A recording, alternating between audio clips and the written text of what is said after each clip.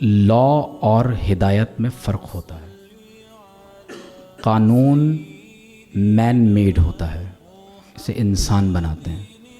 یہ ریپیل ہو سکتا ہے، اس میں امینڈمنٹس لائی جا سکتی ہیں، اس کے خلاف پٹیشنز دائر ہو جاتی ہیں، کبھی ایبروگیٹ بھی ہو جاتا ہے، لیکن ہدایت انفالیبل ہوتی ہے۔ ہدایت اللہ کی جناب سے عطا ہوتی ہے، اور ہدایت کا سرچشمہ، مرکز اور منبع وہ اللہ کی کتاب اور اللہ کے آخری نبی محمد الرسول اللہ صلی اللہ علیہ وآلہ وسلم کی ذات اقدس ہے۔ علامہ اقبال نے reconstruction of religious thought in Islam میں، principle of movement in the structure of Islam میں باقاعدہ ایک پورا آپ کا خطبہ اور لیکچر پوسٹ کالونیل پیریڈ میں کسی نوزائیدہ ریاست میں لیجسلیشن کا طریقہ کیا ہو سکتا ہے، آپ نے اس پر بہت خوبصورت انداز سے جدید الہیات اسلامیہ کی بنیاد رکھی ہے۔ اور میں یہ گزارش کروں گا کہ اقبال کے ان خطبات میں خاص طور پر جو ان کا نالج اور ریلیجیس ایکسپیرینس پر فرسٹ لیکچر ہے، اسے ضرور دیکھا جائے کہ آپ نے سائنٹیفک میتھڈالوجی کے دور کے بعد سے خاص طور پر جس انداز سے آپ نے اسلامک ایپسٹیمالوجی کو ریفریز کر کے ہمارے سامنے رکھا ہے، کیونکہ عمومی طور پر ہمارے ہاں یا تو یہ کہہ دیا جاتا ہے کہ سائنس سب کچھ ہے یا سائنس کچھ بھی نہیں ہے۔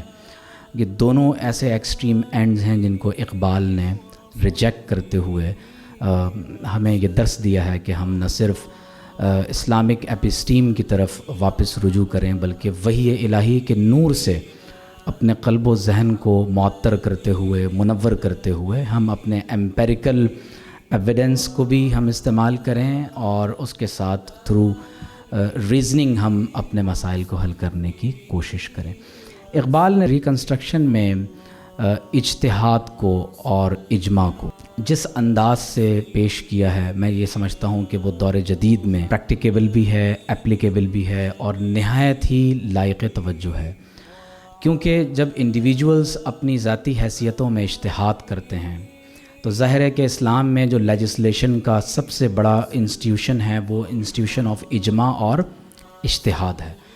تو لہٰذا جب ہم اجماع اور اجتہاد کی بات کرتے ہیں تو اجتہاد تو ایک انڈیویجول کی پرسنل کیپیسٹی میں اس کی دانش اور اس کی سوچ اور فکر کی صلاحیت ہے کہ جس کے نتیجے میں وہ قرآن و سنت میں غور و فکر کر کے کسی نتیجے پر پہنچتا ہے، لیکن اجماع یہ مسلمانوں کی اس اجتماعی دانش کا نتیجہ ہے کہ جب وہ قرآن و سنت پر غور و فکر کرتے ہوئے کسی بھی زندہ مسئلے پر، کنٹمپریری ایشوز پر کنسنسس ڈیولپ کر لیتے ہیں۔ قرآن مجید میں اللہ تعالیٰ نے فرمایا اطیعوا اللہ و اطیعوا الرسول و اولی الامر منکم فإن تنازعتم فی شیء فردوہ الی اللہ والرسول۔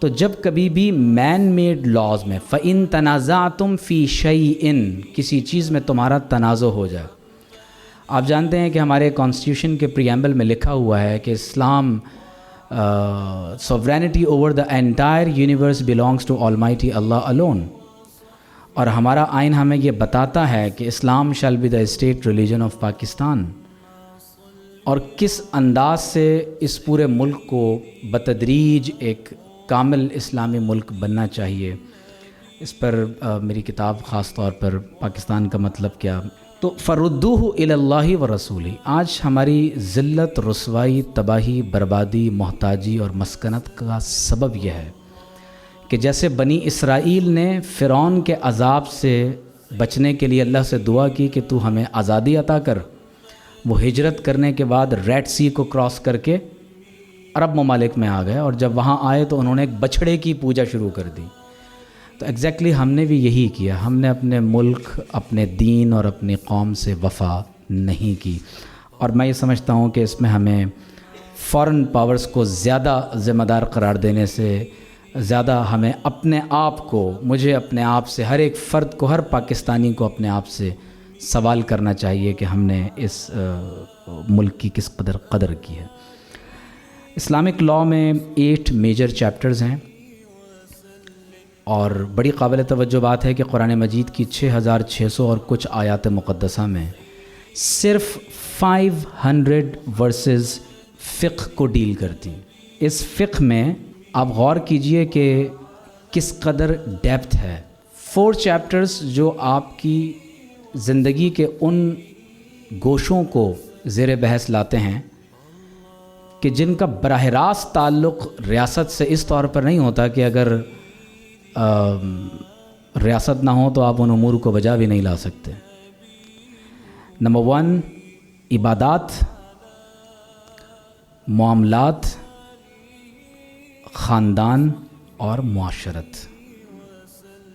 عبادت میں نماز، روزہ، حج، زکوٰۃ. زکوٰۃ کو محض آپ زکوٰۃ صرف لفظ میں عربی میں زکوٰۃ نہ سمجھیں، یہ پورا اسلام کے اکنامک سسٹم کا ایک بہت بڑا ایک ذریعہ ہے.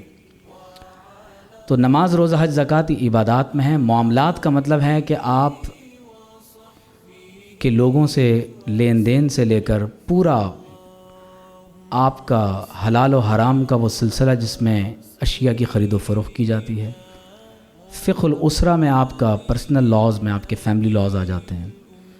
خاندان کیسے وجود میں آتا ہے، نکاح اور طلاق اور میراث سے متعلق مسائل ہیں. اور پھر جب آپ آگے بڑھتے ہیں تو معاشرت، اسلامی معاشرت غیر مسلم ریاست میں بھی قائم ہوتی ہے. امریکہ، برطانیہ، کسی اور غیر مسلم ملک میں مسلم سوسائٹیز ضرور ہوتی ہیں، مسلم کمیونٹیز کا وجود ہوتا ہے، اگرچہ وہاں اسلامی ریاست نہیں. 4 چیزیں وہ ہیں جن کے لیے براہ راست ریاست کی انوالومنٹ ہے، جس میں ریاست کا سبسٹینٹیو لا ہے، پروسیجرل لا ہے، کرمنل کوڈ ہے، پھر انٹرنیشنز اور انٹرنیشنل لا میں خاص طور پر جسے فقہ السیر کہا جاتا ہے.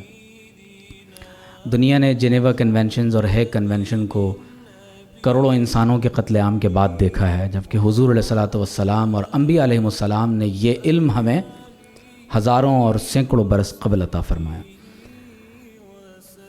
تو گویا کہ اس سے یہ بات معلوم ہو رہی ہے کہ صرف اگر 500 آیات ہماری زندگی کا ایک ایک گوشہ، ہمارا ماں کے پیٹ میں ہونا، دنیا میں آنا، بچپن، لڑکپن، جوانی، بڑھاپا، قبر میں چلے جانا، یہاں تک کہ معیشت، دفاع، سیاست، عدالت، معاشرت، زندگی کا ہر شعبہ اس کے اندر شامل ہے.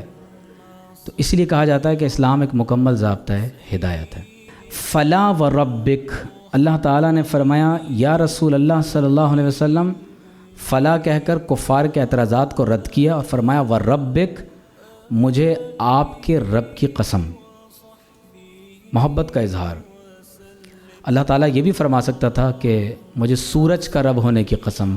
بعض مقامات پر یہ قسم ہے، والشمسی وضحاہا، مراد ہے سورج کے رب کی قسم. لیکن یہاں فرمایا وربک، مجھے آپ کا رب ہونے کی قسم. لا یؤمنون، یہ لوگ صاحب ایمان نہیں ہو سکتے.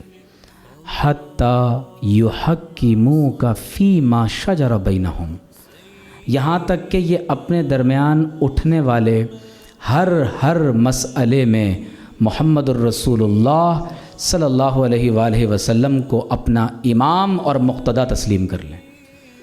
سیشن کورٹس فیصلہ کرتے ہیں تو آپ اسے ہائر کورٹس میں اور سپریم کورٹ میں چیلنج کرتے ہیں. ملکی عدالتیں حق میں فیصلہ نہ دیں تو لوگ عالمی عدالتوں کی طرف چلے جاتے ہیں. لیکن اگر کوئی فیصلہ بارگاہ مصطفیٰ سے ہوا ہے تو وہ دنیا کی کسی عدالت میں چیلنج نہیں ہو سکتا. تو فرمایا فیما شجر بینہم، اب تمہارا سیاسی، عدالتی، معاشرتی، خاندانی زندگی کا کوئی بھی مسئلہ ہے، اگر آخری حکم اور حاکم کسی کو تسلیم کرنا ہے تو وہ حضور اکرم صلی اللہ علیہ وسلم کی ذات اقدس ہے. ثم لا یجدوا فی انفسہم حرجا مما قضیت، جج فیصلہ کرتا ہے تو آپ ہو سکتا ہے کہ فیصلے کو بظاہر کنٹیمپٹ آف کورٹ کے ڈر سے تسلیم بھی کر لیں، لیکن دل میں اس کو برا جانیں. لیکن اگر حضور علیہ الصلاۃ والسلام نے کوئی فیصلہ فرمایا ہے تو فرمایا اس فیصلے کے بارے میں دل میں ذرا سی تنگی بھی محسوس مت کرنا. وَيُسَلِّمُ تَسْلِيمًا، اور اپنے آپ کو مکمل طور پر حضور علیہ الصلاۃ والسلام کی بارگاہ میں سرنڈر کر دینا. تو یہ دین کا ایسنس ہے. اور یقیناً ہمارے وکلاء نے، ہمارے ججز نے پاکستان بننے سے لے کر مختلف ادوار میں جس طرح ملک کے لیے قربانیاں دی ہیں، اور جس انداز سے یقیناً اچھے برے لوگ جس طرح مذاہب کے ماننے والوں میں ہوتے ہیں، ہر شعبے میں کہیں نہ کہیں اس طرح کے لوگ ہوتے ہیں، لیکن اگر پاکستان آج قائم ہے، عدالتیں آج قائم ہیں، تو یقیناً وہ آپ ہی کی طرح ان خوبصورت انسانوں کی وجہ سے ہیں جو اس کام کو اپنا ایک مقدس پیشہ سمجھتے ہوئے اپنی خدمات سر انجام دے رہے ہیں.